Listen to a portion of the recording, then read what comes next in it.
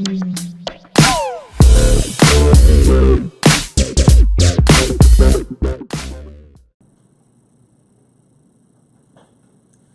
welcome to another episode of Tea Time with the Judges. I am Dr. James Judge, and this is Dr. Kalie Judge. And we are here with our second episode of Cancer Edition. This is October. It's Pink Month. That means that it's Cancer Awareness Month. We don't just want to create awareness with cancer. We want to help you prevent cancer.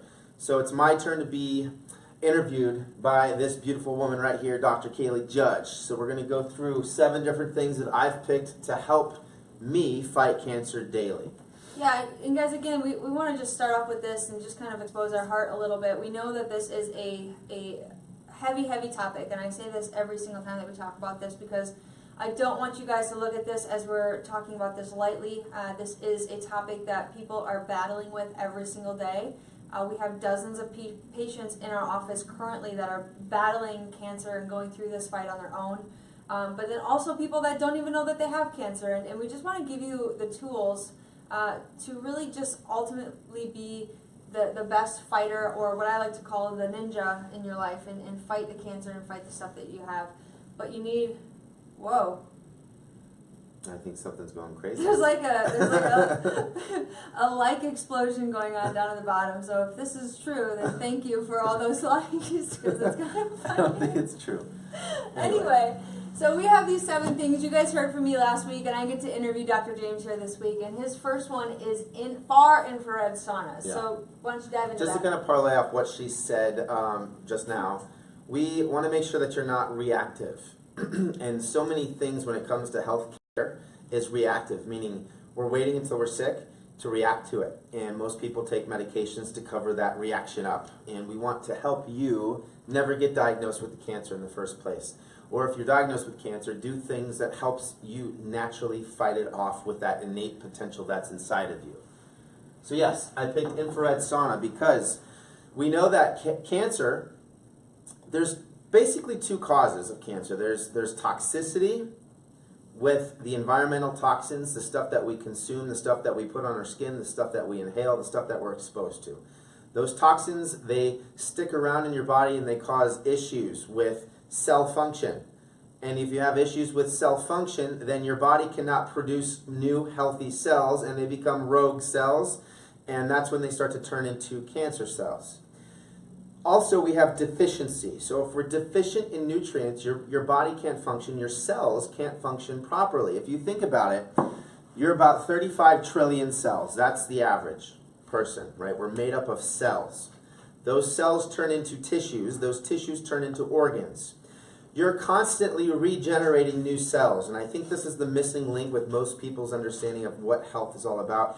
That regeneration builds new healthy cells, tissues, and organs. And if you're not regenerating correctly, then your body starts to degenerate. It becomes weaker. We have bad cell production, and it causes a slew of different problems over time.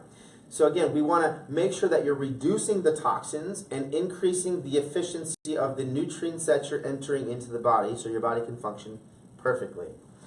Infrared saunas help the toxicity lowering levels, right? So for me, I get in that sauna every week, twice a week on average, and I make sure that I'm getting in there to heat my body temperature up so that sweat can get out the excess toxins that have accumulated in my body over time, whether it's from, like I said, what I've eaten, what I've been exposed to, the stuff I've absorbed through the environment. And this is why we want a far infrared sauna. It's different than going into a gym and going into a dry sauna. That's basically external heat. Far infrared sauna has heat waves, red waves that go into your body and heats it from the inside out. So again, we want to get in as far as we can to those fat cells, those cells that are containing those toxins, to heat them up and literally expel them from those cells so your body can do what it needs to do to get rid of them naturally.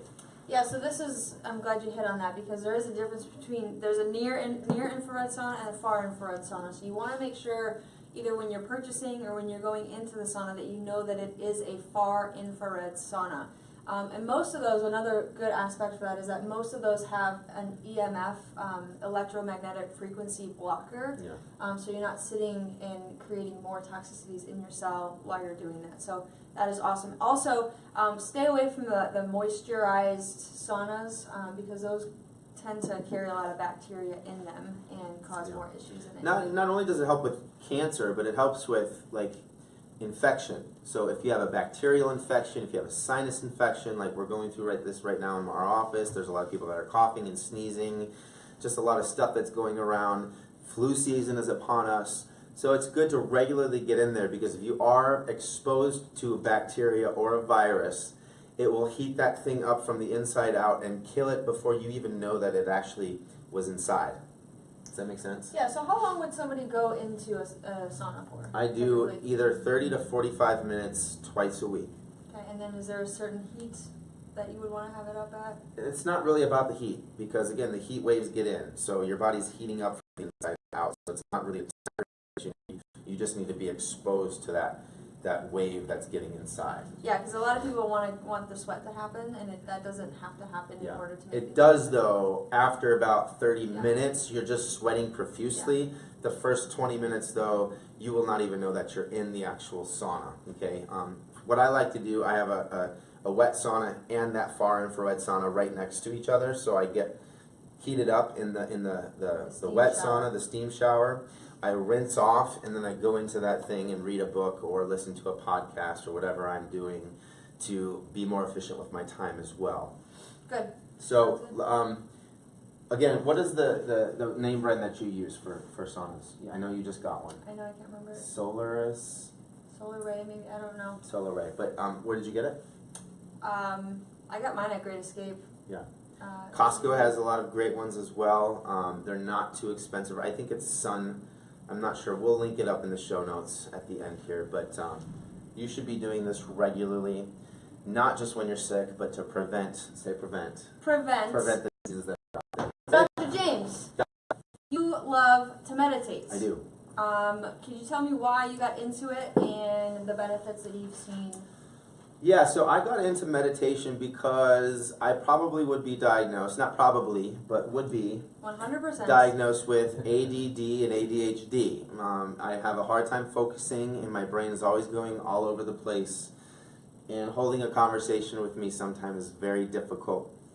But last year, about a year and a half ago, I came across a podcast from Tim Ferriss, and he was talking about meditation and how it's completely changed his life. And then I read a book called Success Through Stillness. Okay, look it up. I forgot the author of it. Who is the author of that? But look it up. You'll get it. Success Through Stillness. I read that book, and then I started to just do it daily. Russell Simmons. Yes, that's it. So Success Through Stillness by Russell Simmons, and he's really the one that opened the doors to my understanding of what meditation actually does. And we just did a seminar on Brain Fit.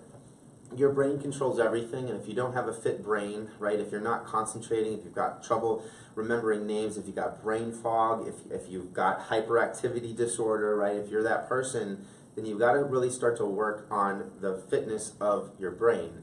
And it may sound silly, but taking time out of all the ruckus that's happening in your life just to kind of just focus on nothing, right, literally focus on nothing, and calm your mind, it actually brings more blood flow to the frontal lobe. And we talked about at the Brain Fit seminar that if there's more stress hormones running around your body, you have an increase in the chances of developing things like cancer because of the flight or fight response. And you're always on, right, on edge, the lookout. So calm it down, relax, get the cortisol levels down, and it will help your body function better over time.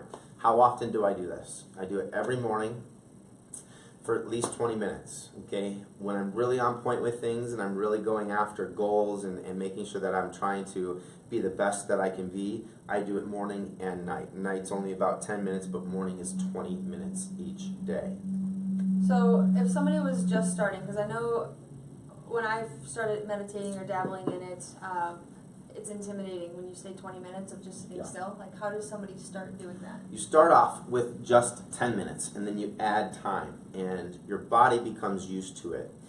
Time management is huge, and people that always want to jump to the next thing, that means you need to be looking at this thing called meditation even more and diving more into it, right? So if you can't focus on a task, if you have that ADD and ADHD, what I would do is start with a podcast, and I've said this on this podcast before. It's not a podcast, but it's an app. It's called Headspace.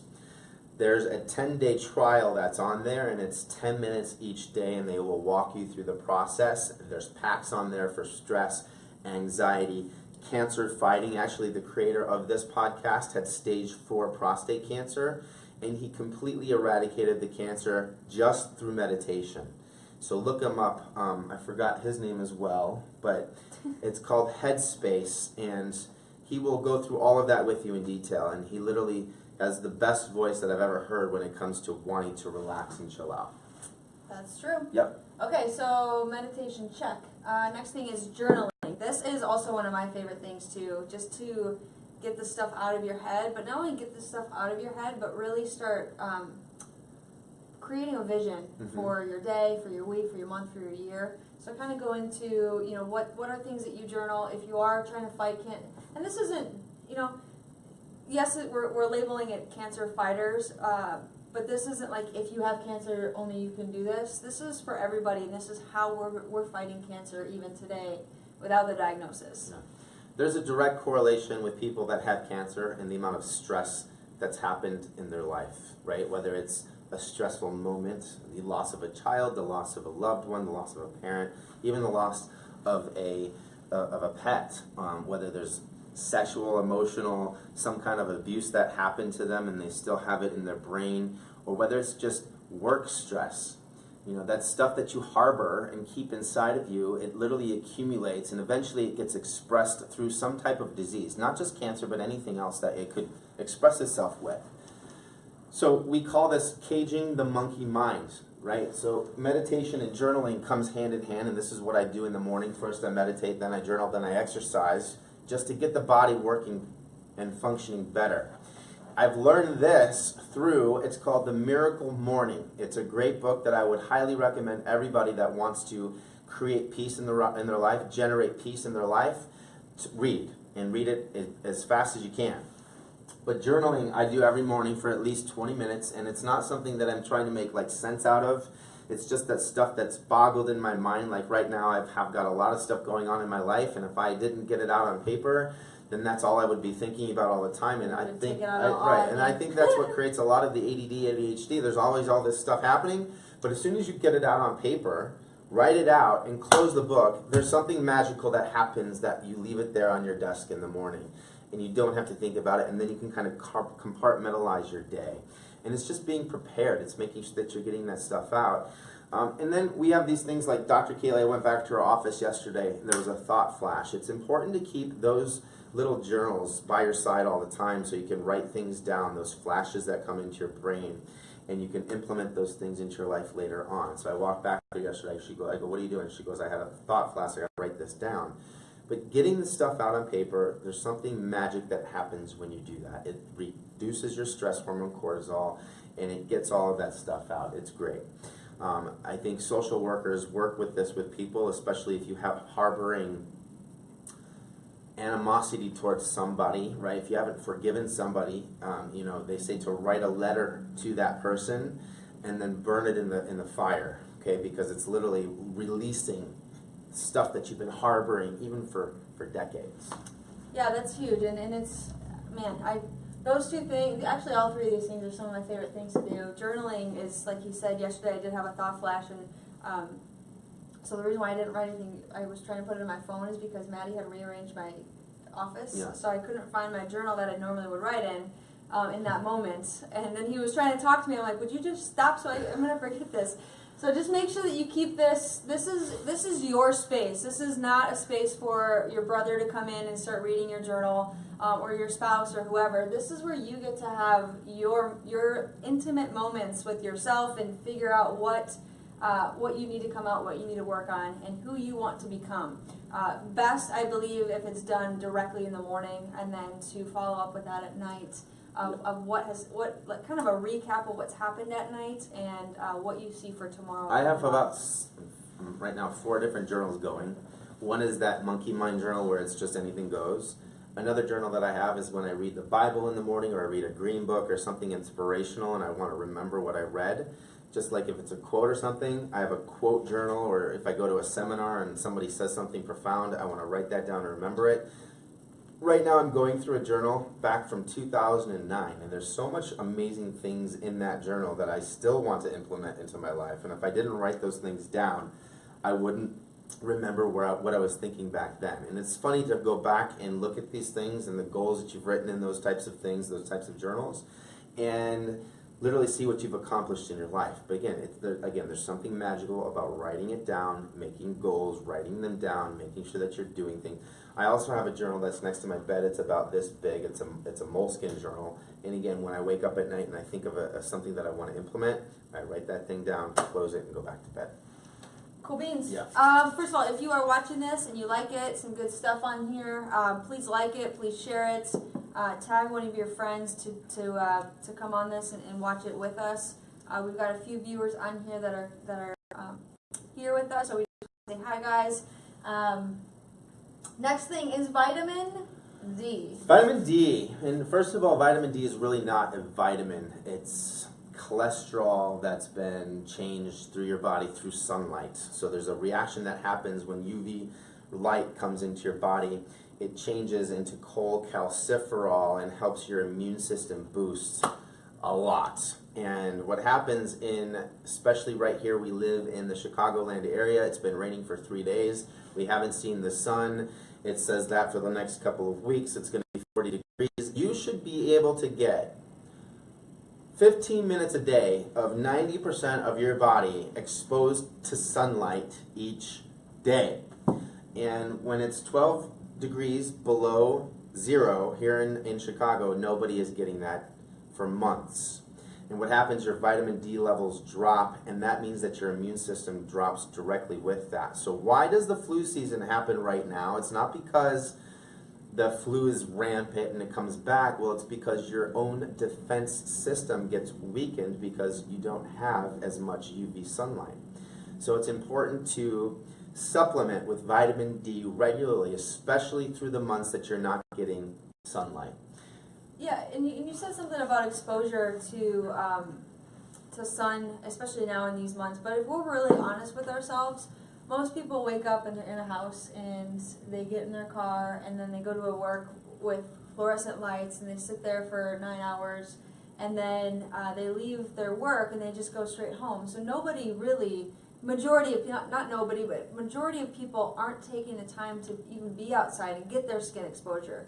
And then it takes about 48 hours for that vitamin D to actually be absorbed into your skin and into your body. So if you went and took a shower within the next 48 hours, which I hope you do, you're washing all the hard work off, you're washing all the vitamin D off, and you're back to zero. So the best way is to actually take the vitamin D supplementation.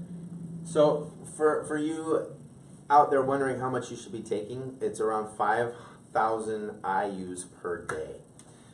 I like to get up to at least 10,000 IUs per day, especially if I haven't seen the sun in weeks, because again, my body needs that to supplement itself over time. In the summertime, I don't take much of it at all, but in the wintertime from October to March, I'm taking it consistently 2 to 3 times a day. That's good. And the FDA says you should take about 250 IUs per day, but that only fights something like rickets. Like I think Dr. Kalie talked about that last week. Just rickets. Like who has rickets today? Have you ever heard of anyone that has rickets? No. But we've heard of people that have cancer, right? So you've got to get up to those high doses to make sure that your body has the ability to fight those cancer cells naturally. And it's even more if you are actually like fighting cancer. Right. Like ours still, the 5,000 is like just a maintenance type of a thing. To make sure, and that's not just for cancer either, that's for blood pressure, that's for heart disease, that's for all kinds of different things, even anxiety and stress and depression, mindset stuff, all that is great. Beautiful. Ketones. We love ketones. This is a new love, and Dr. James sort of kind of pushed me into this ketosis diet with me kind of kicking and screaming and going, because I thought that, okay, so we teach the core plan and we teach the advanced plan in our office. And I think both of those plans are amazing. I think they're great places to start. But once you start really actually living in the advanced plan, there's always another level to get to with whatever you're doing. And if you kind of just park yourself somewhere, then you're just not achieving excellence in your life. And when it comes to the ketogenic diet, that is just going to the next level of higher fats, better fuel, different meals, just better nutrition, I think. But it's not for everybody right away. It takes some time to kind of build yourself into that. So kind of going to so why ketones, it's important. and I started this process because a lot of people were pushing this ketone product that was out there. I've got them sent to me by doctors all over the place, trying to push a product that it's not going to be the same as your body creating it naturally, right? There's a process that your body has to go through to create these ketones. And when you get into ketogenesis, meaning that your own body is creating the ketones, there's amazing things that happen because of that. It fights cancer, it fights viruses, it fights bacteria. Your brain starts functioning better. It literally starts getting lit up like a Christmas tree. You remember things. Your memory is much better than it was. The brain fog lifts, it goes away, and you just become a better machine, right? So taking them artificially through opening a packet and putting into water and drinking like that, that's not what we're talking about. We're talking about getting into a fasted ketogenic state. And for me, I do that 6 days a week, and I give myself 1 day off, meaning that I'm eating some sort of carbohydrate. But it's called cyclical ketogenesis, okay? In the beginning, it's important to get into ketosis for 3 to 4 months. So what we want to do is take your body from a sugar burner, okay, well, that's what most people live on in America is sugar, whether it's from protein through gluconeogenesis, meaning that your body's taking that protein, turning it into glucose, and then storing it as fat, whether you're just simply eating sugar that's completely stored into fat, or whether you're eating too many carbohydrates that's turning into sugar that's stored as fat, or eating too much of that stuff.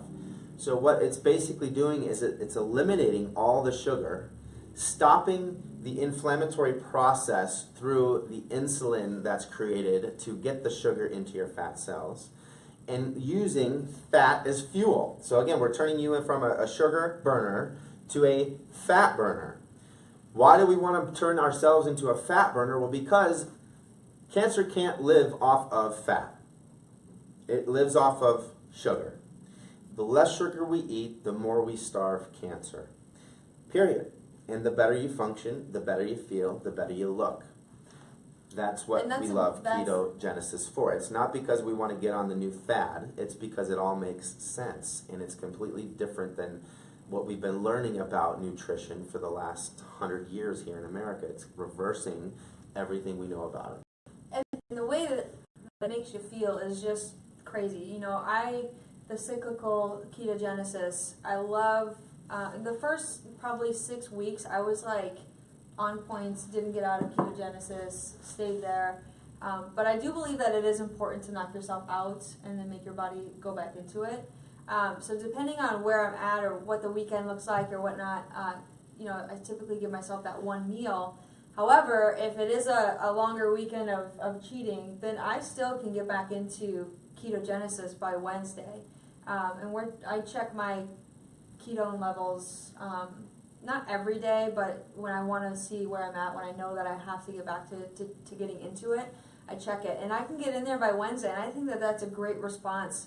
And knowing that my body can respond and just have a 3-day rebound system. Yeah. And then I stay there for a couple weeks, and I let myself get back out, and then I stay there, and then I get back out. I feel better than I ever have. When I'm in there, my I'm full of energy, my mind is clear, we have a better relationship, my relationships are stronger, and it's just because my body is running off the fuel that it was designed to run off. It's not running off of a bunch of chemicals, it's not running off a bunch of harsh sugars. And as far as like sugar goes with cancer, there's up to 16 times the receptor site on a cancer tumor for sugar. And I know I've said this before, but it's like a tumor cell goes out and reaches into the bloodstream and pulls the sugar onto it, and that's how it grows. So it's literally like pouring gasoline onto a fire as soon as you start eating sugar. And that can be sugar from fruit, just like it can be sugar from a Snickers bar or whatever, some sort of candy. So you just have to be wise with that. And I don't normally like to say read the fat labels and the sugars and all that stuff. But once you get really good at knowing what the ingredients are, you've got to understand what the fats and the protein content is. And that has shifted me for a lot. When you understand the body and chemicals, that you know that every chemical reaction needs fat with it. So the more fat that you have, the better chemical reactions that you have. All of your hormones in your body are created by fat or cholesterol. So every chemical reaction, we're really just chemical beings. Your brain and immune system and every system in your body can't function without electricity moving through your nervous system. Your nervous system is created of 75% fat. So we got to make sure that we understand that fat is not the enemy, it's actually our hero. It's the sugar and the carbohydrates and too much protein from animal products that creates such destruction in our bodies. Okay? Next one is the regular bowel cleanse. So he was giving me a hard time last week about the coffee enema, and here he is talking about the regular bowel cleanse. I don't see why my coffee enema is any worse than the bowel cleanse. Yeah. So, well, I just think it's a little more natural, not to do it the opposite way, right? For me, I like to give every 3 to 6 months, and Luke loves this too, but every 3 to 6 months, we basically give our jaws a break and our stomach a break and our digestive system a break and go through a 4-day cleanse. It's actually 6 days total, 3 days we're not eating any solid foods. We're just eating a mineral bone broth that we've made. Not bone broth, but mineral veggie broth that we've made to keep us sustained and keep our electrolytes high as possible. But what happens, it literally stops feeding the nasty bugs that are in your body that wants to. And actually, I was just reading a book today that the bacteria that's in your gut are fed by the food that you eat. So if you eat too much sugar, you're going to have sugar cravings from the bacteria. And it's not you that are craving or your brain that's craving the sugar. It's the bacteria in your gut that's craving the sugar. So chew on that for a second, right? or don't you? Right, right. So if we continue to eat sugar, right, your body craves it from the gut, not the brain. So if we starve those little buggers and flush them out, then they are non-existent. And then we eat the healthy lifestyle, right, of the vegetables and the healthy fats and the little protein, you don't crave anymore, right? You don't go through those sugar cravings. So it's important to give your digestive system a break, right? We talked about toxicity in cancer, and the amount of toxicity is directly correlated to the ability of your body and your bowels to flush out the nasty stuff that's inside of you. So it's important to flush out those detoxifiers, the liver, the kidney, the bowels, regularly every 3 to 6 months. So we did it just last week. We're going to do it again right after Christmas, right for the beginning of the new year, to jumpstart everything again, because you know what happens during Christmas time. I don't care who you are, you fall off track a little bit, but it's important to regularly cleanse your system out. Get a good number 2 going. Exactly. Okay, intermittent fasting. I have implemented intermittent fasting. I actually just posted something in my little Insta story today. I don't fast on Tuesdays. Typically, I don't eat until about 12 or 12:30, but I know that we do tea time with the judges on Tuesdays. And in the beginning, I was finding that by the time we were done with this and I got home to eat, I was just like starving and like famished. So I eat on Tuesday morning. So he's going to go through the why behind it, but know what your schedule is and know what works best for your body and test it out a little bit and be okay with making changes. Yeah. And that is for anything in life. Like tonight we have, I think, 26 new patients in 3 hours. We've got a doctor's report tonight with about 10 people in it. Tomorrow we've got a lot of new patients coming through. We'll be working till 9 p.m. every night. So waking up at 5 a.m. and going with energy till 9 p.m., 9:30, sometimes 10 o'clock p.m. probably isn't a good deal. So I slept in today. I slept in till 7 o'clock. I went through my morning routine after that. I did all the things that I should do, and it was consistent. It was not consistent, but it was intentional, right? So you've got to look at your day. Like today, she's right. I ate 3 eggs today with some vegetables, and that sustained me now, and I've got more energy than I would if I would intermittent fast before today. So, you know, if you're going to go out on stage and give an amazing 3-hour talk, maybe not a good idea to fast and be famished. But if you know that you're not going to do much until 12 o'clock, it's okay. You know, your body gets into this rhythm of not eating and giving your body a digestion break. And that's what the goal is. Like, stop eating at 9 p.m. and don't start again until about 10 a.m. You want about a 12-hour window that you stop eating, get all your nutrients in that later window, depending on what your lifestyle is like and what your work schedule is and what you're doing. If you're in school, whatever it is, look at it, give yourself a 10-hour break. You're feeding yourself when you need the most energy, and then relaxing over time. Yeah, because these 3 things right here really work hand in hand with each other. The ketogenic diet, I have the bulletproof coffee in the morning, so officially it's not intermittent fasting because I'm technically kind of breaking it, but officially not eating. So Yeah. there's a whole thing about that too. However, when you're fasting, you're getting that regular bowel cleanse. You're allowing your body to do what it's supposed to do. And again, the energy, like on Monday, Wednesday, and Friday, we work until about 10:30. On Wednesdays, we have training, so we're here till about 12. And I don't eat before that. And I still, like my morning shift, I'm ready to go. I'm on point. I don't run out of energy until right before I know I need to eat. And sometimes I work out before I even eat too. So it takes some getting used to and some mindset training too, that you don't have to live off of the time frames of eating that some random person decided that we needed to eat at. If you really think about the ancient times, food was scarce. It wasn't in your cupboard. You had to actually go out and gather it. You had to actually go out and kill it. You had to go out and prepare it and get it ready. It wasn't just in the cupboards for us to do things with like it is now. So I don't believe that we were meant to eat as much as we eat currently. Especially animal products. We are over consuming animal products, and for me, I've just since that bowel cleanse 2 weeks ago, I have not eaten any meat. I had 3 eggs today, but I don't count that. Do you eat eggs? I do now. I didn't for about 3 years. I don't count that as meat. That's not like a living thing that was slaughtered and had blood going through it. It's different.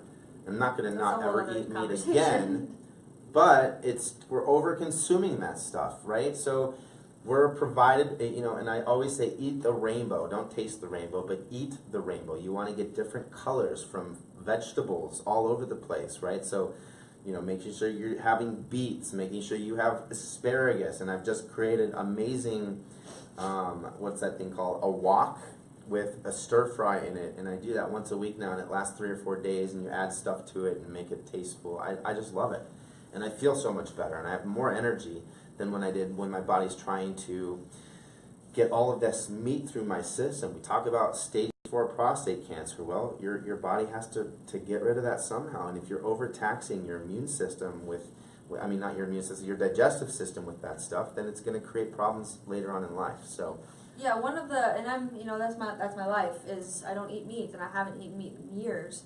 And so many people are like, well, where do you get your protein? And the reality is if you really dive into it, and I've done over the last 7 years, done a lot of research with the raw food diet and enzymes and digestive system, all this stuff. When you compare like protein from a kale salad versus protein from a steak, the amount of protein that's in the steak is huge, and it's far more than the amount of protein in the kale salad. However, it takes your body a lot more energy to actually break down that protein. So it's actually burning more protein to break down more protein. So once you get down to the thick of things, the kale salad actually ends up having more protein that's useful in it, readily available, I guess you could say. So, don't believe everything that is said. I started eating eggs again because I feel like you do have to have some sort of animal protein. I take a bone broth collagen supplement too, and things like that. But yeah, it's just, you've got to be aware of where you're at, and you're not, I don't believe that you can always sustain something for a long period. You have to be constantly changing. Yeah. Because your body's constantly adapting. You're going through seasons. You know, hormones are changing. All kinds of stuff is going on, especially with females. And you've got to be on point and ready for that. There's an amazing, for females out there, there's an amazing podcast, and it's all about the ketogenic diet. But she focuses a lot on female reproductive and all kinds of just girl issues that most people don't like to talk about. And it's just the Keto Diet app. Leanne Vogel. Yeah, Leanne Vogel. Look her up. She also wrote the book that we always recommend, The Ketogenic Diet. And it's just man, the stuff that she has to talk about is just great. And it helps you understand your hormones and your issues. Quickly, it's October 24th right now. Next week is Halloween. Sometimes during the week you're going to go through trick-or-treating on the weekend before Halloween. So I want to prepare you with some things that we've learned to help you not set the stage for failure with your kids giving them candy for the next month. Because again, October turns into November for Thanksgiving. There's food and candy all over the place, and then it's Christmas, same thing. So just start setting the ground rules with your kids and making sure that you can do little things that we've learned over time to help you help them. So let them trick or treat, let them have their fun, let them have their candy for one night, but then take their bag, and we do something called the switch witch, right? Take their bag of candy, and just like the elf on the shelf, they sell these little witches in the stores. You can get it on Amazon, and they will send it right to your house. But put her on the shelf, and this witch takes the candy and switches it out for a toy that your child would love. Yeah, and I love that too. One of our patients told us that she does that, and I was like, oh, that's genius. However, there was somebody that did something last year that I think is awesome as well, if you're not into witches. And what they did was they got their kids and they divvied out all their candy, and they let them have like 5 pieces or whatever, and they could, you know, they all agreed upon how many they could have. And then they got little sandwich baggies and put them all, like separated all the candies out. And then they went to one of the homeless shelters in the area and gave it to the homeless people there. So that's another great way to do that. You can go to Salvation Army and donate it there. Just get it out of your house. You don't have to technically throw it away because somebody will be blessed by that. However, I don't believe that your kids need to be eating all the candy. Yeah, no, not at all. And cancer feeds off of sugar, which we already talked about before, and most of that candy is filled with high fructose corn syrup. So you might think that you're doing your child a favor, but again, psychologically, it's setting them up for failure. What do we give out? Okay, I don't give out much because I live in a community that doesn't have really and we're always working, trick-or-treaters, and we're here. But what can you give out rather than candy? People love tattoos. Kids love tattoos. Kids love tattoos. There's also organic candies made with stevia and xylitol.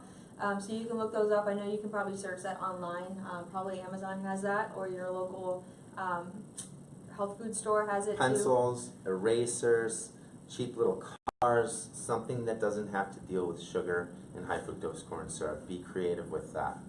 Yeah, don't follow the mold. Create your own way. Boom, shakalaka. So, and I'm going to end with this. If you find yourself on the side of the majority, it's time to pause and reflect.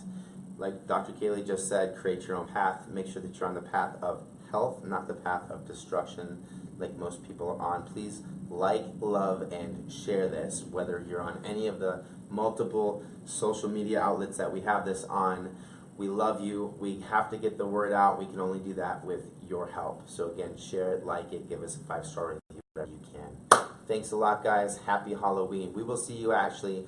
I'll be back next Tuesday on Halloween Day. We might have some outfits on, maybe. So make sure you tune in.